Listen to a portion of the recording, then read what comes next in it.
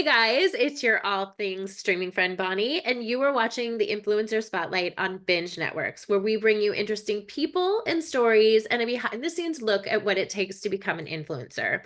Today, I'm really excited to introduce you to our guest.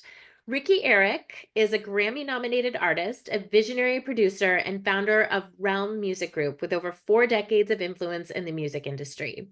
He's known for his dynamic blend of genres and self-taught musicianship, and he writes, produces, and owns 100% of his fully cleared music catalog, making him a standout force in sync, film, and commercial placements. His music is inspired by legends like Earth, Wind, and Fire, the Eagles, yet remains distinctly his own.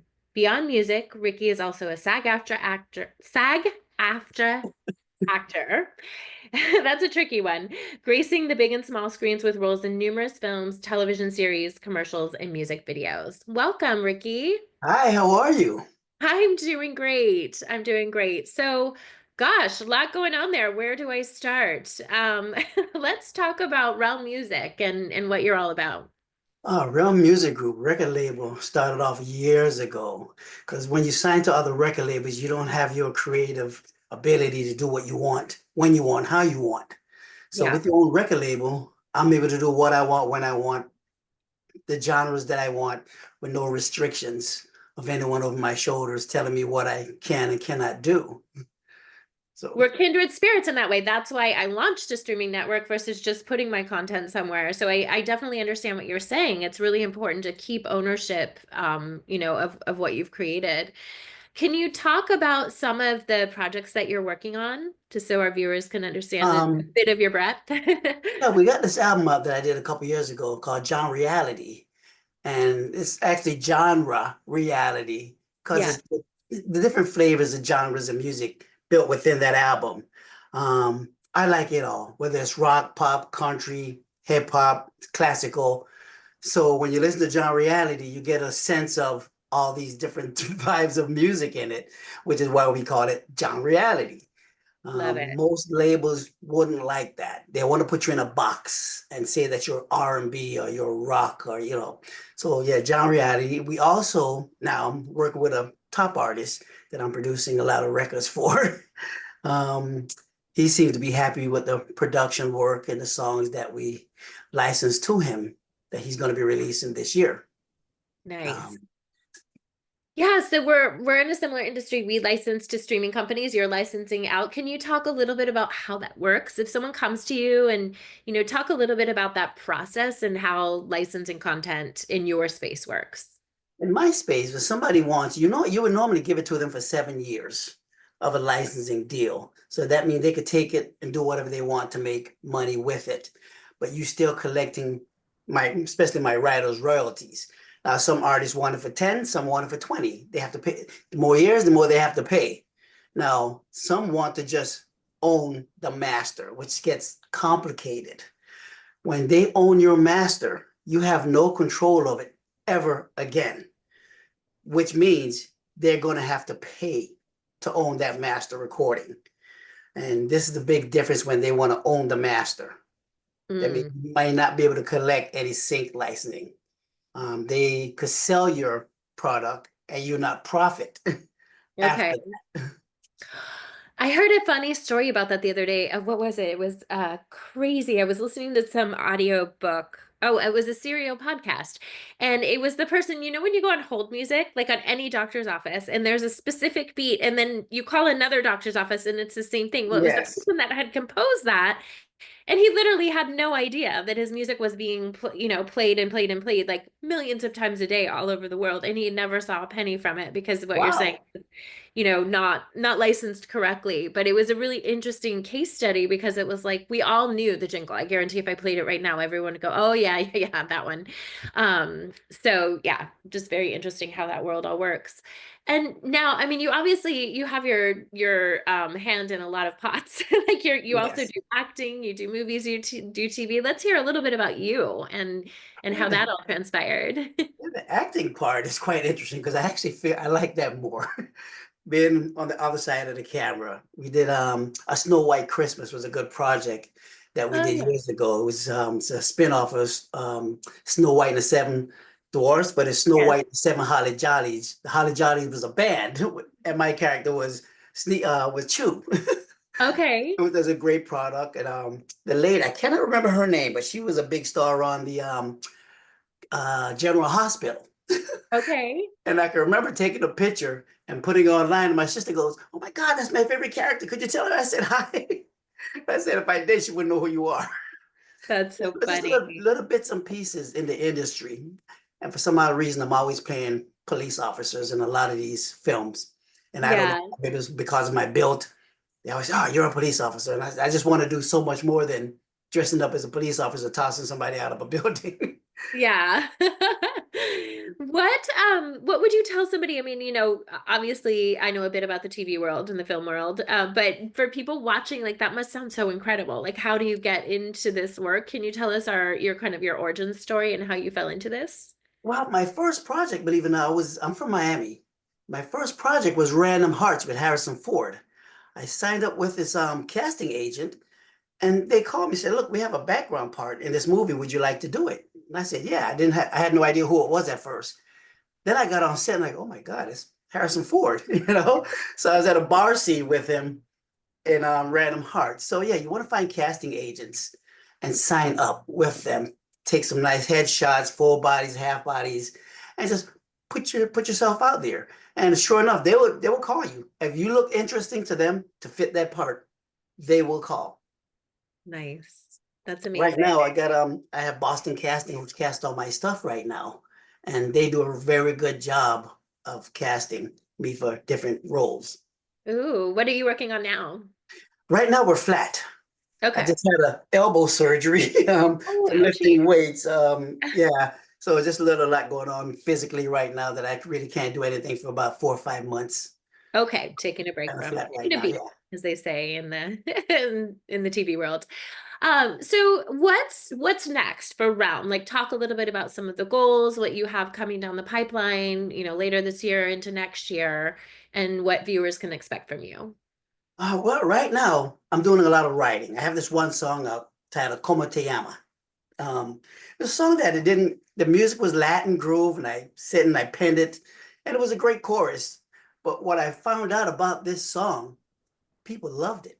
Out of all the songs I've written on this album, spent all those hours into doing or writing, this particular song brought me to another level.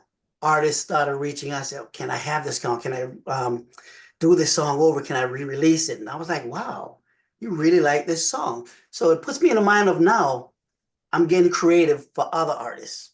I Hmm. have a buddy of mine down in Nashville that manages Rascal Flatts, the country band. So I wrote this country song and I sent it to him. He's like, "Wow, they love this song."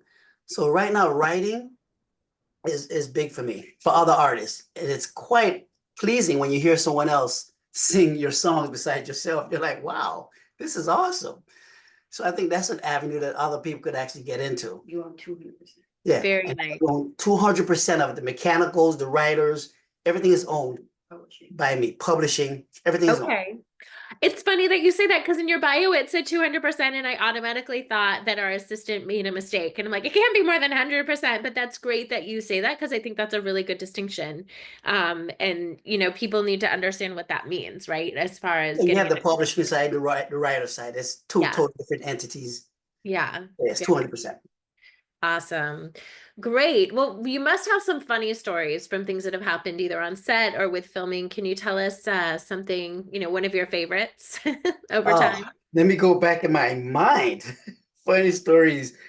Random Hearts was funny in a sense that they have this cocktail because it's a bar scene. It was Louis the 13th. The drink is very expensive, and in between sets, Harrison Ford goes, "Does anyone want a shot of this?"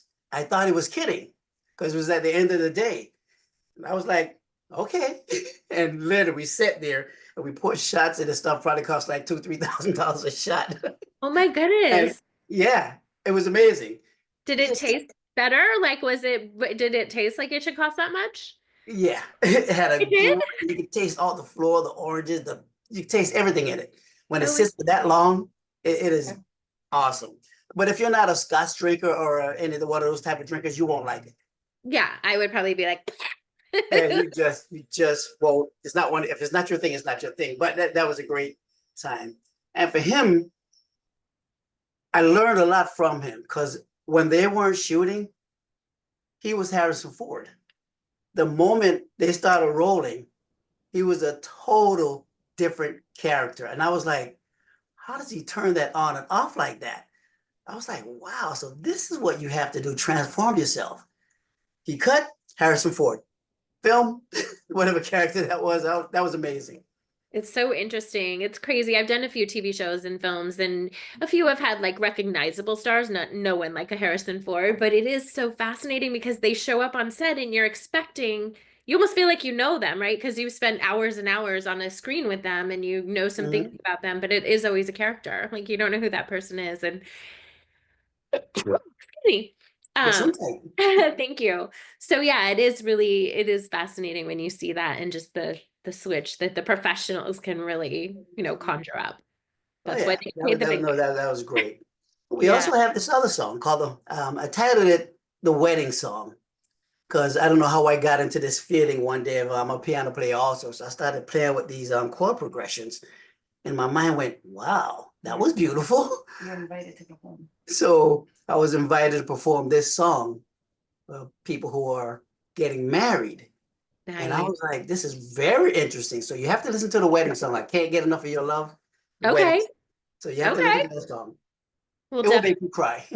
Oh, that's Beautiful. good. I love that. Well, awesome. Well, what would you tell people that are looking to get into a space where they want to be an influencer or they want to be like a big name in music, like you have carved out for yourself? What advice would you give them? You never stop.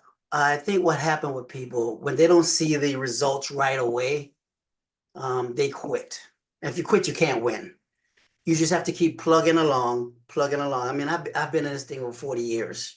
And what I noticed that people come, people go, they never sustained. They always somehow find a way to quit. You have to be positive. The results is not going to be there right away. Just keep plugging. Someone's going to recognize you if you put yourself out there. It will happen. That's great advice. Guaranteed. It's great advice for everything. I think you're right. Whether you're working out and you're trying to build a body, whether you're trying to break into music or film or TV, it was always amazing to me in New York. I never was interested in the TV or film, world per se. And then I moved to New York City in 2012 and ended up getting into television and had a talk show and then was in a couple of films. And I felt almost like bad because I was just landing these roles and then I saw these people just going day after day to like 9 interviews and or auditions and working so freaking hard. But it is really true, like the people that stuck at it, that was 10, 15 years ago now, and then you saw the ones that peter off and the ones that are still at it are very successful because it's that continuous repetition of putting yourself out there, rejection, putting yourself out there, and I think that's Yes. really good advice for anything in life. And I think sometimes too, people fall into something that is not quite meant. Everyone that was born on this planet was meant to do the specific thing. And Yeah, sometimes you're outside of your realm trying to do what you're not supposed to do. You have to find out what that is that you're yeah. meant to be. Because you can spend a lifetime doing something that you just not cut out to do. For sure. You know, Yeah, and so many other people think that you have to do something like that maybe you don't love or you don't, but you can if you're willing to work hard enough and you yes. will put in And the it may time. And backdoor you to something that you want. yeah, excellent. Oh, I love Yeah. that. Well, where can people find out about you? They could go to my Facebook page is Ricki Erik. The website, rickierik.com. Okay. You could just Google Ricki Erik and just abundance amount of information about me will pop up. My link tree has a lot of information in it about me. Um, Excellent. yeah, so Twitter, no, not actually Twitter, Instagram. It's another place that you can find Ricki Erik. YouTube, Okay. you'll find that. Excellent. Well, I love it. Well, thank you so much for being here today and really sharing your story. We're really excited to get this out on our network and to share your story with the world. So thank Thanks you. for having me. Yeah, of course. And thank you everybody for watching. If you are an influencer or content creator and are interested in getting your content on major streaming outlets, you can get a consultation at bingedistribution.com. No obligation. We're happy to chat with you to see what's possible. And remember, keep creating because the world needs your message. Thank you so much, everybody. That's Have a great right. day. Guys, have a good one.